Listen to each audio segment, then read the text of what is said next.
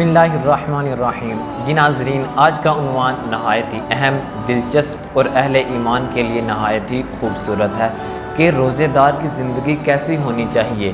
آئیں بزبان مصطفیٰ صلی اللہ تعالیٰ علیہ وآلہ وسلم سے سنتے ہیں۔ یہ ان کی زبان ہے کہ جن کے رخسار مبارک کی قسمیں اللہ تبارک و تعالیٰ قرآن میں اٹھاتا ہے۔ ہاں ان کی قسمیں ہیں، والضحیٰ واللیل اذا سجا۔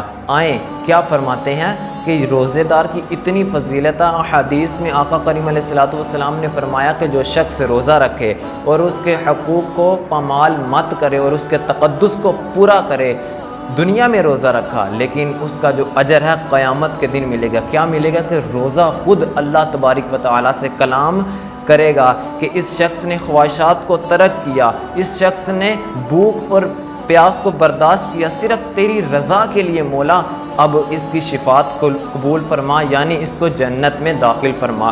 بحث یہاں تک ختم نہیں ہوتی کہ جو شخص رمضان المبارک میں قرآن کی تلاوت کرتا ہے، راتوں کی خلوتوں میں اٹھ کر قرآن پڑھتا ہے، اس کی فضیلت یہ ہے کل قیامت کے دن قرآن بھی اللہ تبارک و تعالیٰ سے کلام کرے گا کہ اس کی بھی شفاعت قبول فرما۔ یار یہ حدیث کے الفاظ پھر بعد میں اس طرح بھی آتا ہے، بس دونوں کی شفاعت قبول کی جائے گی۔ اب آئیں، اب دیکھیں روزہ دار کی کتنی فضیلت ہے، کتنی فیوز و برکات ہیں۔ ہمیں بھی روزہ رکھنا بھی چاہیے اور اس کی رمضان المبارک میں زیادہ سے زیادہ نیکیاں اکٹھی کرنی چاہیے۔ یا صحابہ کا طریقہ، جو صحابہ کا طریقے سے ہمیں سبق ملتا ہے وہ کیا ہے؟ وہ بھی نیکیوں میں آگے نکلتے تھے۔ اگر قرآن کے دامن سے پوچھا جائے، قرآن بھی کہتا ہے اگر آگے نکلنا ہے تو مومن کے لیے تو فاستبقوا الخیرات، نیکیوں میں آگے نکلو۔ رمضان المبارک نیکیوں کا مہینہ ہے۔ اسی طرح آقا کریم علیہ الصلوۃ والسلام جب رمضان آتا نا تو کیا تیاری کرتے تھے؟ اگر آپ سننا چاہتے ہیں تو سنیے۔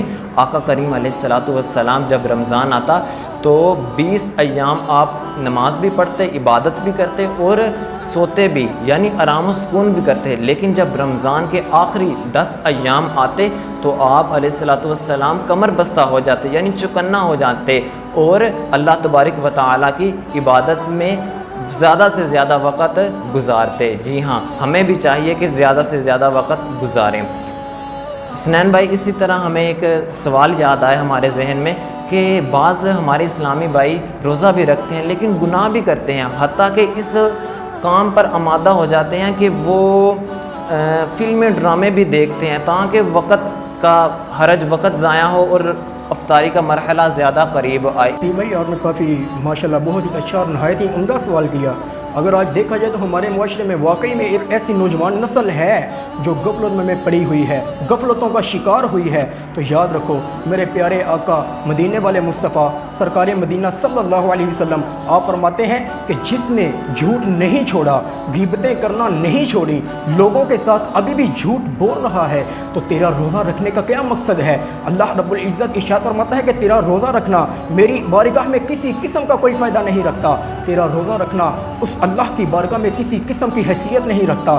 حرام کا مال اکٹھا کر کے تو یہ سوچتا ہے کہ تو اس میں سے 10 دیگیں بھی پکوا لے گا، تو یاد رکھ تیرے یہ کسی کام کی نہیں ہے۔ اگر تو لوگوں کے ساتھ جھوٹ بولتا ہے، غیبتیں کرتا ہے، غریبوں کو اپنے پاؤں کی نوک سمجھتا ہے، تو یاد رکھ اللہ رب العزت نے حضور صلی اللہ علیہ وسلم کو یہ فرمایا کہ اے حبیب آپ اپنی امت کو یہ سنا دیجئے، جو امیر لوگ، ایک امیر فرقہ غریبوں کے ساتھ بہت ہی ظلم کرتا ہے، حضور فرماتے ہیں کہ دعوت المظلوم مستجابۃ وان کان فاجرا ففجورہ علی نفسہ۔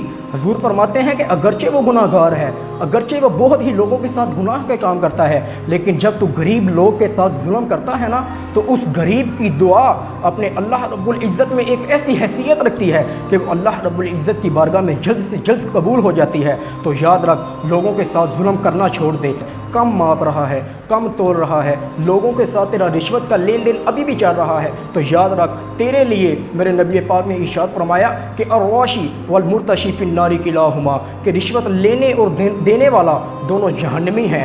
آج تو لوگوں کے ساتھ کافی ظلم کرتا ہے۔ ارے یار تیرے روزہ رکھنے کا مقصد ہی کیا ہے؟ تیرا روزہ رکھنے کا مقصد یہ ہے کہ تو رب کی رضا کو حاصل کر سکے، رب کے ساتھ رب کی رضا کو مان سکے، لوگوں کے ساتھ حسن سلوک کے ساتھ پیش آ سکے، لوگوں کی ہر مجبوری کو سمجھ سکے، غریبوں کو اپنے سینے سے لگا سکے۔ لیکن تو کس غفلت میں پڑا ہے؟ خدا را باز آ جا، جو کام تو پہلے کرتا تھا اگر ماہ مبارک میں بھی تیری وہی ایک روٹین ہے تو تیرا روزہ رکھنے کا مقصد ہی کیا ہے؟ میرے نبی پاک نے ارشاد فرمایا کہ تم روزے رکھو، اللہ تمہیں صحت عطا فرما دے گا، اللہ تمہیں تندرستیاں عطا فرما دے گا، اللہ تجھے شفائیں عطا فرما دے گا، اللہ تجھے طاقتیں دے دے گا، اللہ تجھے ہمت عطا فرما دے گا۔ لیکن کہاں ہمارے معاشرے میں تو اگر دیکھا جائے تو ہوٹل کھلے پڑے ہیں، لوگوں کی بھوک اور پیاس کو بلایا جا رہا ہے، ان کا مذاق اڑایا جا رہا ہے، لوگ بہانے ڈھونڈتے پھرتے ہیں، خاص کر کے امیر فقراء، امیر فرقے میں یہ زیادہ خاص ہے کہ لوگ بہانے ڈھونڈتے ہیں، روزے نہیں رکھتے، ذرا سا ہاتھ پر کٹ کیا آ گیا تو کہتے ہیں کہ یہ کٹ آ گیا، اس پر پٹی لپیٹے ہوئے ہیں، جی ہم روزہ نہیں رکھ سکے تو صرف اس کٹ کی وجہ سے۔ تو یاد رکھ، یہ روزہ ایک ایسی عظیم نعمت ہے، اللہ رب العزت قرآن پاک میں ارشاد فرماتا ہے کہ وَإِن تَعُدُّوا نِعْمَتَ اللَّهِ لَا تُحْصُوهَا، اگر تو رب کی نعمتوں کو شمار کرنا چاہے نا تو تو اس کی نعمتوں کو شمار نہیں کر سکتا، لیکن تو اس کی عظیم نعمت کو ترک کر رہا ہے، اور یہی عظیم نعمت بروز قیامت تیری شفاعت بھی کرے گی اور جنت میں داخلہ بھی دے گی۔ او خدا کے بندے، خدا را اس کام سے باز آ جا، اللہ رب العزت کے ان احکام کو اپنے اوپر بجا لا جو اس نے تجھے کرنے کا حکم دیا۔ یاد رکھ، میرے نبی کریم نے ارشاد فرمایا کہ ہر شے کی زکوٰۃ ہوتی ہے، اور اپنے جسم کی زکوٰۃ وہ روزہ ہے، روزے رکھیں اور اپنے جسم کی زکوٰۃ ادا کریں۔ اللہ رب العزت آپ کو اور ہمیں عمل کی توفیق عطا فرمائے۔ ناظرین، تو آپ کے سامنے ہمارے حسنین زار قادری اور حافظ حسیب قادری نے ماہ مبارک کی کچھ فضیلتیں بیان کی۔ اگر آپ اسی طرح کی کچھ اور فضیلتیں سننا چاہتے ہیں تو جی ناظرین، آپ ہمارے دونوں پیج غم مصطفیٰ اور سیرت النبی صلی اللہ علیہ وآلہ وسلم کو لائک کیجئے، اور یوٹیوب چینل یعنی سیرت النبی صلی اللہ علیہ وآلہ وسلم کو لائک کیجئے، شیئر کیجئے اور سبسکرائب کیجئے۔